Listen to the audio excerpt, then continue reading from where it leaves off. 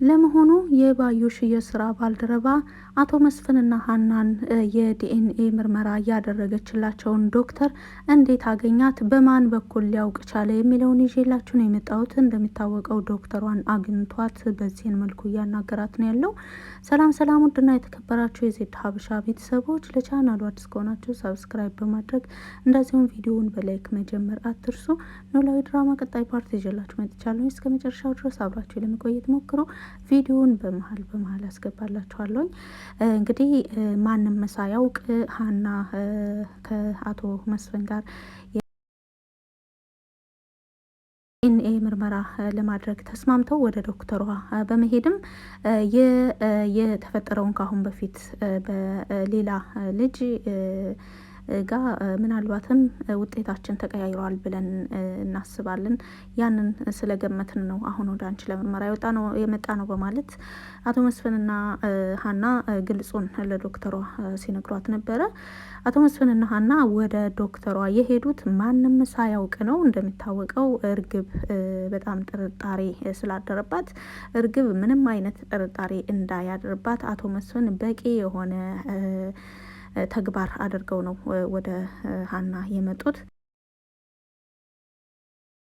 ካሳለፍናቸው ፓርቶች ላይ ባዩሽ ለስራ ባልደረባዋ አዲስ ስራ አዘዋለች። እሱንም የእርግብን ሁኔታ እንዲከታተልላት ነበረ። ነገር ግን ሰሞኑን እርግብ እያሳየች ያለችው ትዕይንት ለባዩሽ ስራ ባልደረባ ምክንያቱም ከመስፍን ጋር እርግብ ጥሩ ሁኔታ ላይ ስለሆኑ ምክንያቱም አቶ መስፍን እርግብ እንዳትጠራጠር የሚያደርግ ማንኛውንም ነገር ለማድረግ ዝግጁ ነኝ፣ ይህ ደግሞ የሀናን እውነታ ለመድረስ ያግዘኛል በማለት እርግብን ልክ እንደ አባትና እንደ ልጅ ሆነው ነው ያሉት። እርግብን ሲከታተል በነበረበት ጊዜም አቶ መስፍንን ከእርግብ ጋር አይቶታል፣ የባዩሽ የስራ ባልደረባዋ ማለት ነው።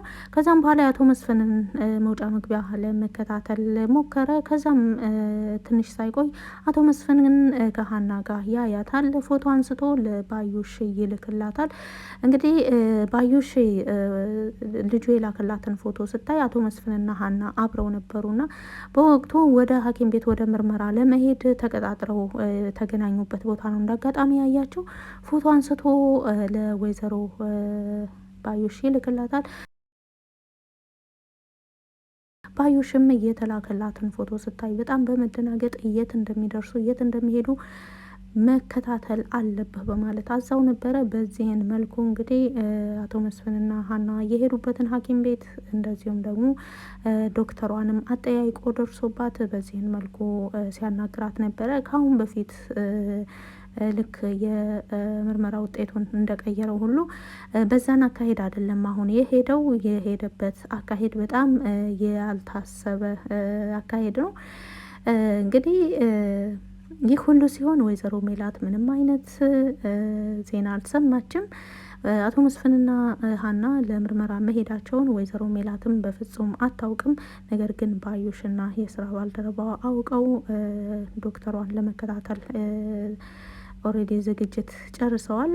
ሀና እንደዚሁም ጋር አቶ መስፍን ምርመራቸውን የሚፈለገውን ናሙና ሰጥተው ከወጡ በኋላ ልጁ ዶክተሮችን በማግኘት ይህን ምርመራ ማን እንዳካሄደው ግዴታ ከነዚህ ውስጥ ማወቅ አለብኝ በማለት በእርግጥም የምርመራ ሂደቱን ያካሄዳቸውን ዶክተር አግኝቶ አናግሯታል። ባዩሽ አሁን የሄደችበት አካሄድ ሰላማዊ የሆነ አካሄድ እና ይልቁንስ ምርመራ ውጤቱ ዝም ብሎ ትክክለኛው እንዳይወጣ ብቻ እንደ ካሁን በፊቱ ሁሉ ዜሮ እንዲሆን ነው የተፈለገው። በሌላ መልኩ አቶ ኖላዊ የሀናን የልጅነት ፎቶዋን ከህጻናት በነበረችበት ጊዜ ልጅ በነበረችበት ጊዜ ልደት ብዙ ጊዜ ስለምትሄድ ኬክ ስለምትወድ ብዙ ጊዜ ልደት ላይ ባትጠራ ሁሉ ትሄድና ኬክ ትበላለች። ስለዚህ በተገኘው አጋጣሚ ሁሉ የልደት ፎቶ በሚነሱ ጊዜ ሀና ብዙ ጊዜ ትኖርበታለች። ስለዚህ ከጓደኞቿ ከጎረቤት ሰዎች ከደሴ አስልካለሁ ባለው መሰረት አቶ ኖላዊ ፎቶውን አስልኳል። ይህ ጉዳይ ለወይዘሮ ሜላት ሰርፕራይዝ ነው የሆነባት። ምክንያቱም ወይዘሮ ሜላት የልጇ የሀሴት ጉዳይ የ16 ዓመት እንቆቅልሽ ነው፣ ያልተመለሰ እንቆቅልሽ። አቶ ኖላዊ ጋር የተገናኘችው አሁን በቅርብ ነው። ከተገናኘችን በኋላ በሀና ዙሪያ አውርተው ምን ማድረግ እንዳለባቸውና የሀናን የልጅነት ፎቶዋን እንዴት ማግኘት እንዳለባቸው ሲነጋገሩ ነበረ። በወቅቱ አቶ ኖላዊ ወደ ደሴ ወይም ወደ አደገችበት አካባቢ ብትሄድ እንደማይጠፋ ከጓደኞቿ አልበም ላይ ምናልባት እንደማይጠፋ ሲነግራት ወይዘሮ ሜላት በወቅቱ አሁን ሄደን እናምጣው ሁሉ ብላ ነበረ። አሁን አንሄድም፣ ነገር ግን ደውዬላቸው እንዲልኩልኝ ያደርጋለሁ በማለት አቶ ኖላዊ ቃል በገባው መሰረት ፎቶ አቶ ኖላዊ እጅ ገብቷል። ፎቶ አቶ ኖላዊ እጅ ከገባ በኋላ ግን ለማንም አላሳዩም። ወይዘሮ ሜላት ጋር መድረስ እንዳለበት ብቻ ነው እርግጠኛ የሆኑት።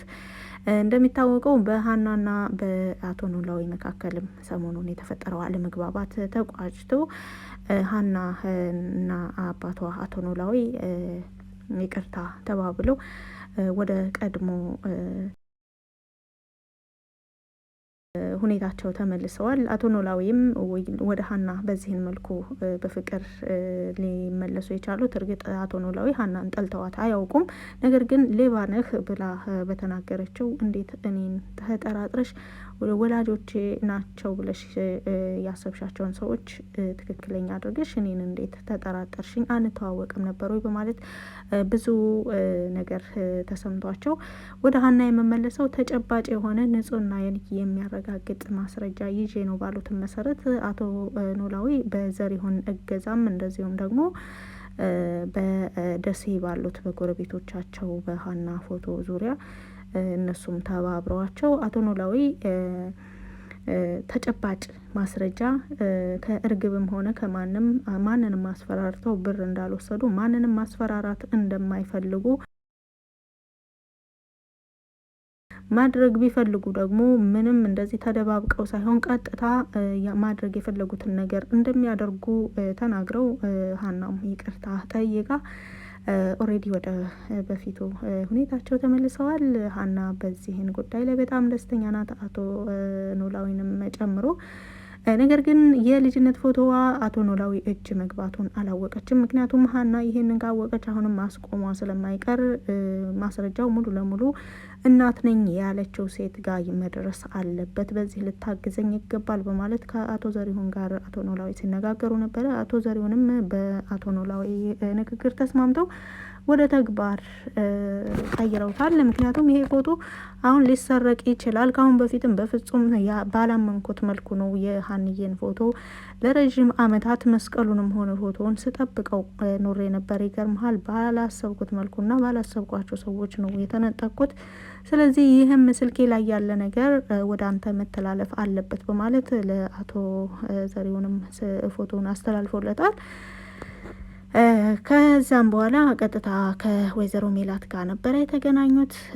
አቶ ኖላዊና ወይዘሮ ሜላት እንደተገናኙም ከሰላምታ ቀጥሎ የወይዘሮ ሜላት ጥያቄ በፎቶ ዙሪያ ነበረ።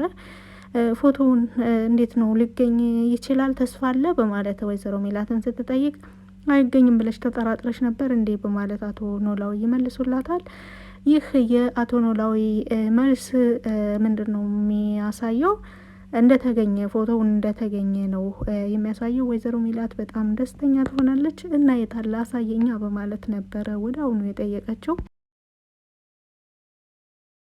አቶ ኖላዊ ለወይዘሮ ሜላት ለማሳየት ሆን ብለው የያዙትን ፎቶ በወይዘሮ ሜላት ጥያቄ አማካኝነት ለማሳየት ስልካቸውን እያወጡ ወደ ኪሳቸው እጃቸውን ወደ ኪሳቸው ባስገቡ ጊዜ እንደ አጋጣሚ እርግብ ወደ እነሱ ትመጣለች። ምክንያቱም በሁለቱም መካከል ያለውን ጉዳይ ታውቃለች።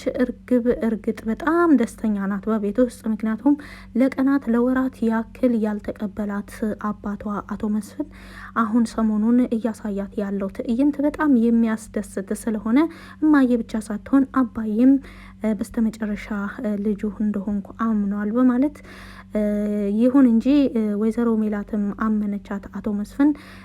የእርግብ ትክክለኛና ዋና አላማ ግን ቤቱን በስሟ ማዞር ነው።